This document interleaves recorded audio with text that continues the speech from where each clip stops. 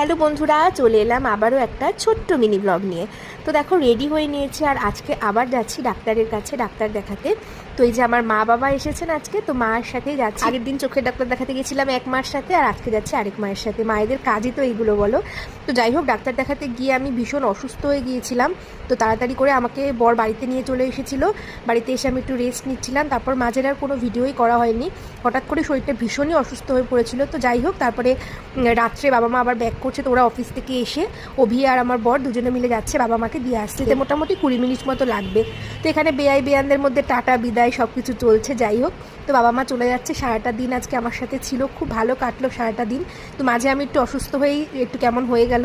আর এখন প্রতিটা মানুষেরই কোনো না কোনো শারীরিক সমস্যা আছে, এখন আর সুস্থ মানুষ খুব কম দেখা যায়। তো কি আর করা যাবে, শরীর থাকলে অসুস্থ হবে। যাই হোক, বাবা মার সঙ্গে সারাটা দিন আজকে খুব ভালো কাটলো। তো চলো টাটা, ভিডিওটা এখানেই শেষ করছি। কেমন লাগলো সবাই অবশ্যই জানিও।